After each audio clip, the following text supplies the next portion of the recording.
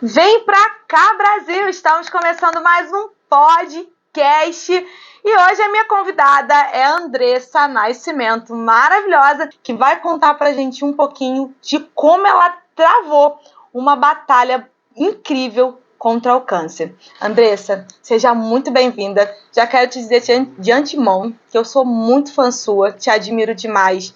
A sua coragem, a sua força, ela inspira. Seja muito bem-vinda. Obrigada. E fale um pouquinho pra gente de como é lidar com algo que assusta tanto, né? É verdade. Obrigada. É um prazer estar aqui. O prazer é todo meu. E, na verdade, eu gosto de sempre dizer, né, como ela começou falando que inspira, enfim, que é uma história bonita. Eu gosto sempre de colocar à frente é Deus, né? Eu não estaria aqui se não fosse Ele. Com certeza foi Ele quem me conduziu, foi Ele quem me trouxe até aqui. E isso não é sobre uma religião, isso não é sobre uma religiosidade, é sobre Cristo mesmo, é sobre Deus, puramente Deus. E realmente não é uma batalha fácil, né? É algo que desafia, e eu costumo dizer que quando eu descobri o diagnóstico, a primeira palavra que vem na tua mente quando você ouve câncer é morte. Não adianta a gente falar outra coisa. Quando você ouve que tem câncer, você ouve ao mesmo tempo, você vai morrer. Isso é instantâneo, né? Então, é um trabalho realmente dia a dia, é algo que você vai trabalhando na sua mente e tentando ali, de uma certa forma, driblar esses pensamentos para entender que existe um tratamento além dessa palavra, né? Além daquilo que vem na tua cabeça. E esse tratamento, ele hoje em dia, graças a Deus, tem avançado muito, muito mesmo. Os tratamentos têm se expandido, né? Os estudos, graças a Deus, nós temos muitos profissionais competentes na área, interessados, engajados a descobrir coisas novas, medicações novas, cirurgias diferenciadas, para tentar trazer mais qualidade de vida para o paciente com câncer, né? Hoje o paciente com câncer ele consegue fazer tratamento paliativo. A gente precisa ser sincero, né? Nem todo câncer vai ter um resultado de cura, mas você consegue viver, às vezes, tratando ele com qualidade de vida, né? É algo assim difícil, né? Não é fácil, porque com qualidade de vida também quer dizer que você vai ter sequelas e vai ter efeitos colaterais da medicação, Exatamente. De tudo mais, né? Isso existe, isso não deixa de existir, não é fácil. A gente costuma dizer, a gente que passa por isso, costuma dizer que não adianta romantizar. O outubro é rosa, mas o câncer não é rosa, ele não tem nada de rosa, ele não é fácil, mas ele é algo que hoje a gente consegue, né? É só ter um pensamento assim um pouco melhor, né? Querer também. Acho que o emocional fala demais quando requer um tratamento tão difícil, onde você vê a sua identidade se perdendo, né? Você perde a identidade, você perde cabelo, você fica desfigurada, incha, a quimioterapia te faz inchar, te muda completamente, você ganha sei lá quantos quilos, né? Perde a mama, no meu caso, né? Perdi a mama. Existem cânceres que não, você não vai perder nada que seja visível ao outro, mas de toda forma você perde alguma coisa. O câncer ele leva muita coisa sua, né? E você entender e deixar aquilo ir, sabe? E tentar ressignificar é que é o importante, porque se não for assim, você vai junto com ele. Aquilo que ele vai levando de você e ele leva de verdade, sabe? Leva com força. É um tratamento angustiante, sim. E o apoio de família, né? Apoio da família, apoio dos amigos é muito importante. Graças a Deus eu tive minha família ao meu lado, meu irmão, que incansavelmente me levava para o médico porque meu marido estava trabalhando e não podia ir. Então era meu irmão, minha mãe e minha filha, toda consulta ao meu lado. E a gente fazia o trajeto da consulta, uma coisa bem divertida. Parecia que a gente não estava indo para a consulta. A gente fazia brincadeira, a gente ria, zoava. E a minha filha, na época, ainda tinha 8 anos. E para ela... Foi assim que você descobriu? Foi. Quando eu descobri, tem 2 anos que eu descobri, né? Descobri em 2023, em março de 2023. E a minha filha na época tinha 8 anos. Então, Camila, eu falei a verdade para Camila, apesar de eu achar que ela não sabe a dimensão até hoje do que isso quer dizer, mas em contrapartida eu preferi falar a verdade. E ela entrou na dança comigo. Então eu ia para consulta, ela ia comigo, avisei a escola que eu precisava dela do meu lado. E ela faltava as aulas depois de repor matéria, né? E buscava as matérias com a professora, mas ela foi junto com a gente. Minha mãe, meu irmão, eles foram essenciais para mim, assim. Me abraçaram e me deram o suporte que eu precisava naquele momento, sabe? Então isso também é muito importante. A rede de apoio, que a gente chama de rede de apoio, né? Sim. A rede de apoio do tratamento do paciente com câncer é um dos pontos chaves para a cura. Porque essa cura, ela nem sempre ela vai ser como as pessoas enxergam, né? As pessoas enxergam cura. Eu sou uma pessoa com deficiência, né? Isso é algo curioso a se falar. Eu tenho deficiência, eu não tenho joelho direito, eu tive um tumor quando adolescente, e esse tumor é um tumor ósseo, não foi câncer.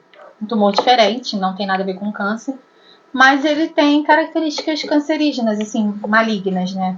Ele é um tumor que dá metástase, ele era um tumor que estava crescendo muito rapidamente, como se fosse um câncer. Então eu precisei retirar parte da minha perna e perdi o movimento da perna. Também tive outros probleminhas na perna por sequela isso, né? E hoje eu sou uma pessoa com deficiência. E apesar disso, o que eu ia falar é exatamente sobre isso. As pessoas enxergam a cura como algo que você possa tocar. É visível, é de tocar. A cura desse copo, se ele quebrar, é se eu conseguir encaixar ele todinho perfeito. Como ele era antes. Como ele era antes. E o que nós não entendemos ao certo é que a cura, ela nem sempre é dessa forma. E ela nem sempre vai ser como a gente quer. Ela não vai ser sempre do jeito que a gente imagina uma cura. Deus, ele cura de várias formas, sabe? E a cura, o milagre, ele pode acontecer de várias formas. Basta você querer enxergar. O milagre foi feito na minha vida naquela época, porque eu ia perder a minha perna. Se não a vida, né? Porque estava crescendo, não sabia nem tratamento na época, não tinha tratamento. Minha mãe desesperada. Você tinha quantos anos na época? Eu tinha 16 anos. Bem novinha, né? Bem novinha. E naquela época eu não tinha maturidade nenhuma para passar por isso. Eu sofri demais naquela época. Eu sofri tudo que eu tinha que sofrer. Naquela época eu senti todas as dores intensamente. Tanto físicas, porque era um tratamento muito doloroso, era uma questão óssea. Então tudo que é ósseo dói mais, né? Então eu realmente senti dores físicas assim monstruosas. Mas eu também senti as dores da alma, assim, com muita força. Porque eu não tinha maturidade para lidar com aquilo. Eu não conhecia Deus. Eu era uma pessoa que não tinha muito essa questão de envolvimento com Deus. Eu conhecia Deus só de ouvir falar, e muito mal, e olhe lá. E isso tudo me trouxe mais dor ainda, sabe? Eu lidei com o tratamento de uma forma muito pior. Aí quando eu descobri o câncer agora, né, eu falei, o raio cai 2 vezes no mesmo lugar. Pra quem acha que não, tá? Eu só quero avisar que eu sou prova disso. Que não é fácil, mas ele caiu 2 vezes no mesmo lugar. Não foi câncer, mas foi outro tumor. Foi outra doença que tu pensa assim, não, essa eu não vou ter mais, que eu já passei por uma braba. Não, veio. E esteve comigo. E esse momento que eu descobri, eu conversando com Deus, né? Eu falei com Deus que eu não queria mais coçar minhas feridas como eu fiz na época da adolescência que eu tive esse tumor. Eu pedi a Deus força para enfrentar de uma forma mais leve do que a que eu passei anos atrás. Porque eu não queria viver isso de novo. É uma doença, mas ela não me define. Entende? Ela me paralisa em alguns momentos, sim. Ela me modifica. ela tirou a minha identidade na época e eu não me enxergava no espelho. Eu passava no espelho e eu falava comigo mesmo: quem é essa garota? Não sei quem é. Depois eu vou ver quem é ela. E passava. Mas ele não me definiu. Não foi ele quem disse pra mim o que eu ia fazer de tudo, assim. Eu resolvi rir, eu resolvi sorrir assim mesmo, eu resolvi viver assim mesmo, eu resolvi continuar sendo mãe, continuar sendo esposa, continuar sendo filha, continuar vivendo. Já voltei a trabalhar. Então, assim, ainda faço tratamento, mas a vida tá prosseguindo, né? A vida não parou por causa do câncer, ele não me definiu, né? Ele tentou me paralisar, mas eu não permiti que ele me paralisasse, claro, sempre buscando o reconhecimento em Deus, porque sem ele eu nada faria. Eu não tenho como fazer uma retórica aqui para vocês sem citar Deus. Não consigo. Eu não consigo. Eu vou falar Deus o tempo todo aqui. E ele é a fonte de tudo. Mais uma vez eu falo que não é religião. Não tem a ver com religião. Tem a ver com quem Deus é. Quando você o busca ele, não a religião que pode te levar a ele, enfim, não.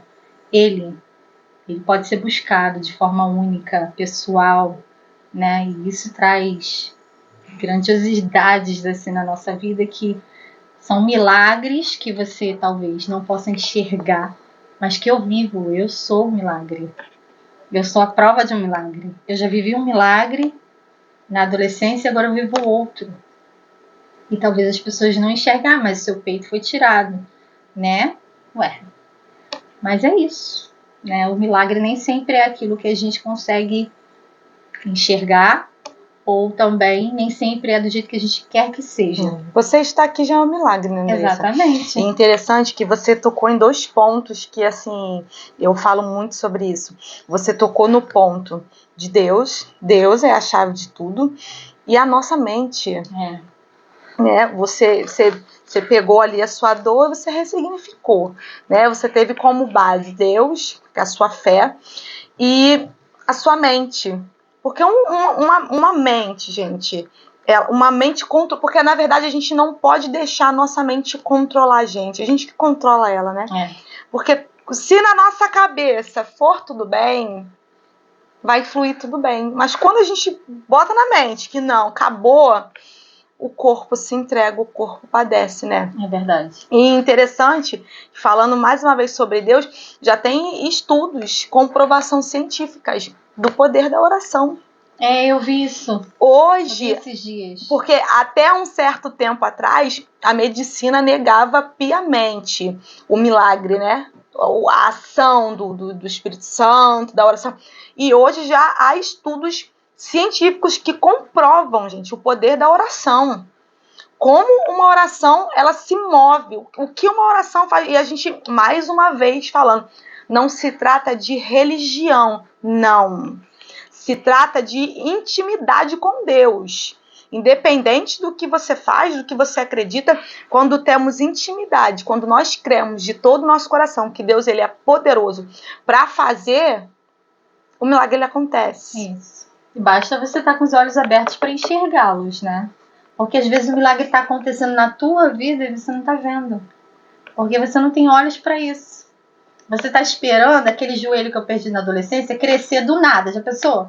Do nada o joelho cresce aqui na minha perna. Aí você ia acreditar que é um milagre. Mas nem sempre o milagre é assim, não. De verdade, né? O milagre, ela anda. Independente, ela não tem joelho, mas ela anda. Isso exatamente, é um milagre. Exatamente. Não é? Teve o câncer, perdeu a mama, mas ela tá aqui de pé, graças a Deus. E o que eu acho mais bacana, Andressa, você que eu me amarro em ver teus stories no Instagram, é o bom humor, a alegria. Eu tenho. Que você lida com tudo isso. É aquela famosa frase: se a vida te der um limão, pega e faça desses limões uma bela de uma limonada siciliana, tá, gente? Com bastante gelo e leite condensado. Fica mais gostosa. Fica mais gostosa. A família sofre, tá? Com a minha doideira, né? Eu sou um pouquinho extrovertida demais, às vezes. Não, mas o bom humor, assim, é bom. combinado com... É a mente, né? A mente, a nossa fé combinada com a mente, com um bom humor, Sim. a gente consegue, né? Sim. Lidar com as adversidades da vida. Porque, gente, se a gente não rir da situação que a gente está passando, porque assim, eu já passei por algumas situações também e sempre de bom humor, porque se não tiver, a nossa mente é cruel. É assim. Eu costumo dizer que o nosso pior inimigo é a nossa mente. Eu acho assim, a pessoa tem que entender que você tem todo o direito de chorar e de sentir tristeza. Isso, quando você diz que sorrir em meio à não adversidade, significa ausência de dor, né? Não quer dizer que você não está sentindo dor, que você não vai chorar. Eu chorei por muitas vezes. Quando eu fiquei careca, eu me fechei, eu me enclausurei no quarto por um dia praticamente inteiro para chorar. Eu precisei viver aquele momento, esperar aquilo passar e ter a coragem para me expor ao mundo, porque eu não conseguia sair naquele momento. E quando eu saí daquele limbo em que eu entrei, eu saí falando com Deus, eu não vou ficar nessa. Não dá para ficar nessa. É algo que eu não queria, que tá me fazendo muita dor, que tá me fazendo sofrer muito. Eu nunca pensei que... Não, eu já imaginava que perder o cabelo ia me fazer sofrer, sabe? Eu acho que era algo que já me assombrava. Mas quando eu perdi, eu senti a dor na pele, que é muito diferente de você imaginar, é sentir. E quando eu senti, eu pensei, não dá para ficar assim, eu não quero ficar assim porque não é isso que eu quero para minha vida. Então eu fui lá e a primeira coisa que eu fiz para me desafiar, porque eu sou muito de me desafiar às vezes, eu fui e postei no Instagram. Foi a primeira coisa que eu fiz. Foi assim, o meu ponto de ignição para enfrentar aquele novo processo. Eu peguei a careca e enfiei no Instagram, não estava bem, não estava feliz, mas eu estava tentando continuar, entendeu? E foi isso. E ao longo do dia virou uma piada, porque eu sentia muito calor na careca, né? Então eu fazia piadas com aquilo. E era natural, não era de propósito, não. É porque realmente eu sou assim. E eu sentia calor e eu ficava me zoando. E os amigos também.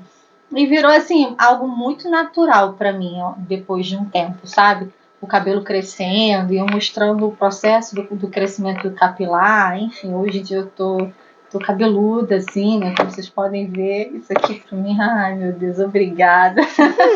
É tão bom ter cabelos, é muito difícil ficar careca, gente. E é isso, entende? Sofrer é direito teu, você pode sofrer, você não tá proibido de sofrer, você é ser humano, sente, tem pele, tem carne, vai doer, vai sofrer, isso não... Ninguém tá falando que a gente não tem o porquê sofrer. Né? O sofrimento existe, é lógico, mas aprender a lidar com aquele sofrimento, né? E não fazer com que ele torne-se morada na tua cabeça a ponto de te dominar. Não virar escravo, né? Porque te domina, né? Quando o sofrimento ele te domina, acabou, não tem mais o que fazer. O que você vê da sua vida pela frente quando você tem dominação pelo sofrimento que você está vivendo?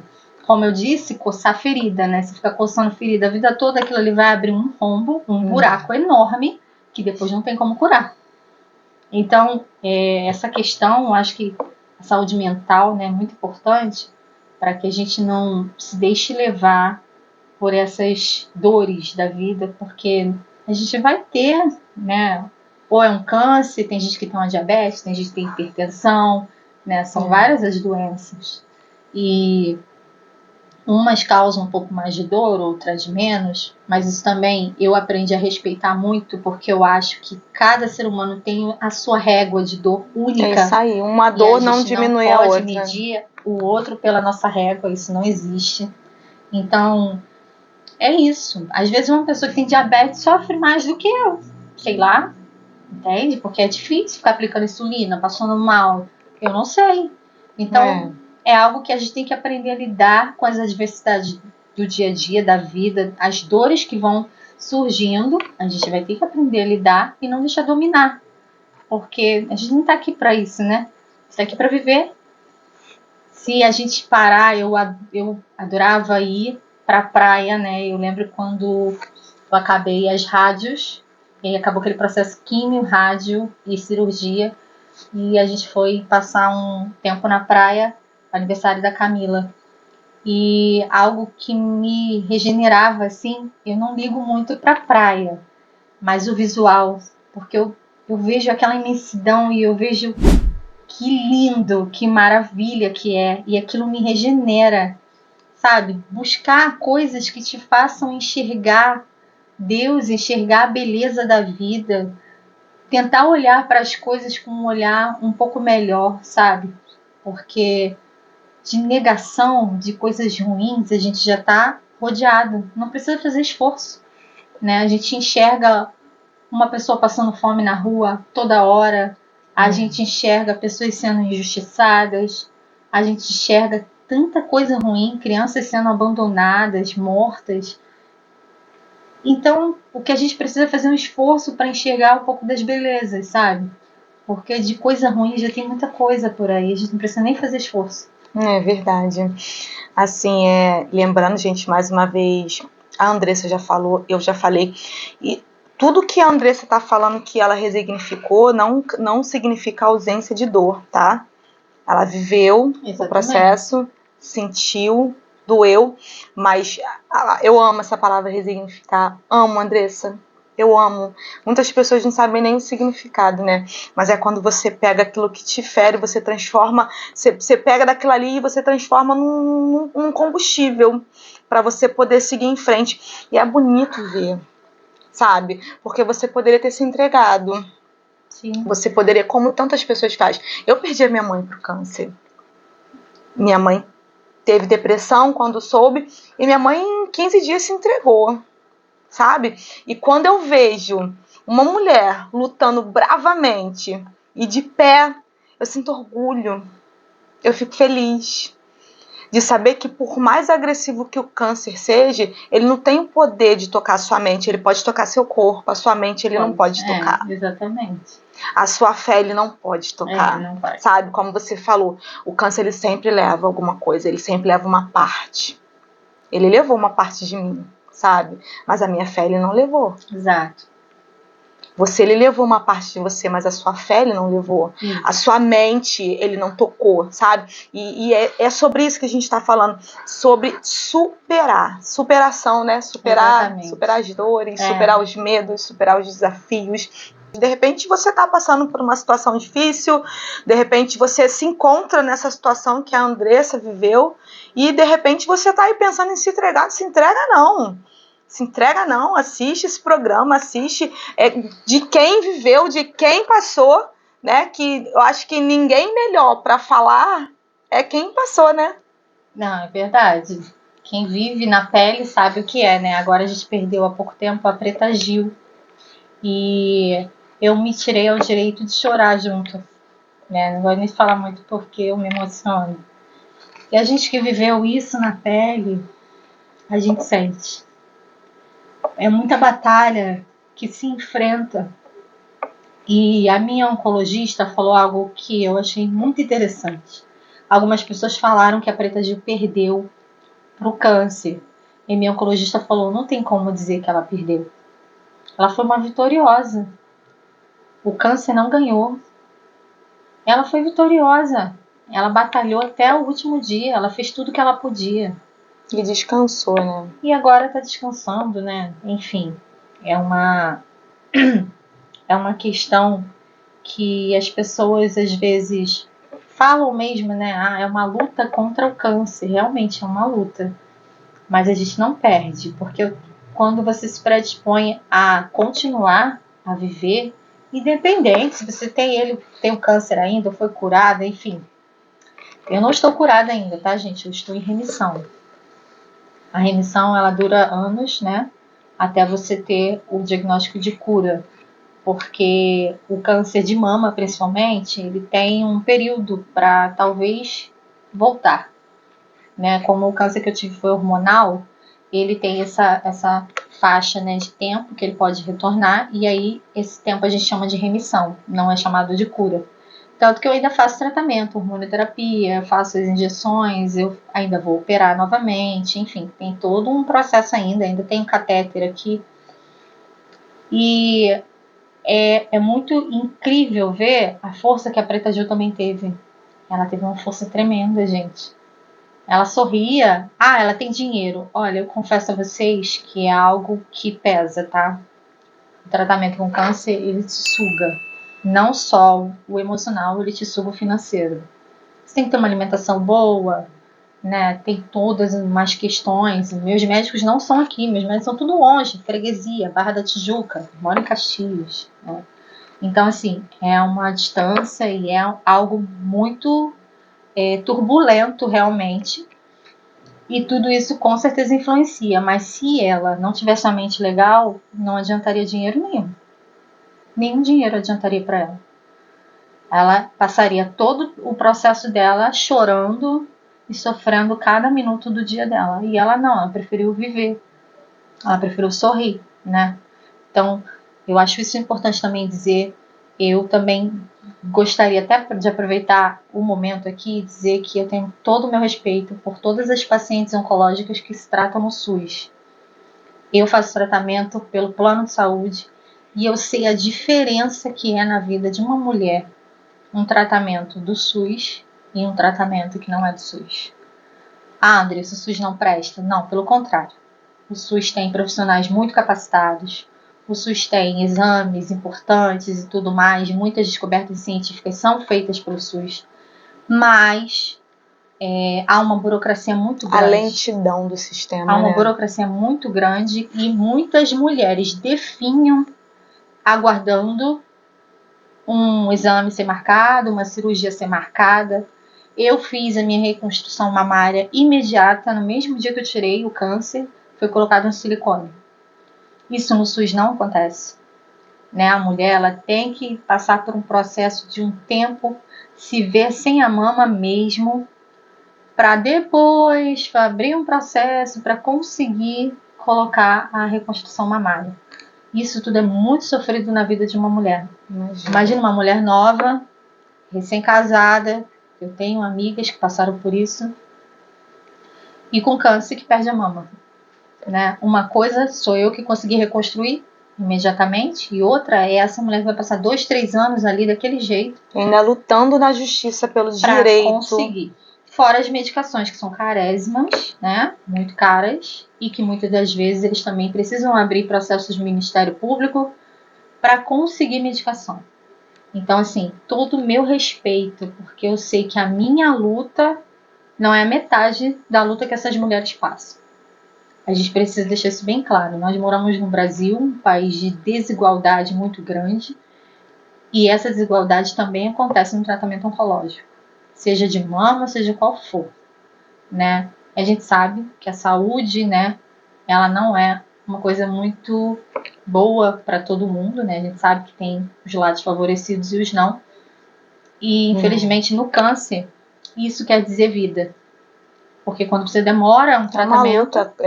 Cada segundo conta, né? Quando você demora um tratamento, você demora um diagnóstico, os exames de estadiamento demoram, você não pode operar, você não pode começar a quimioterapia, não pode começar nada.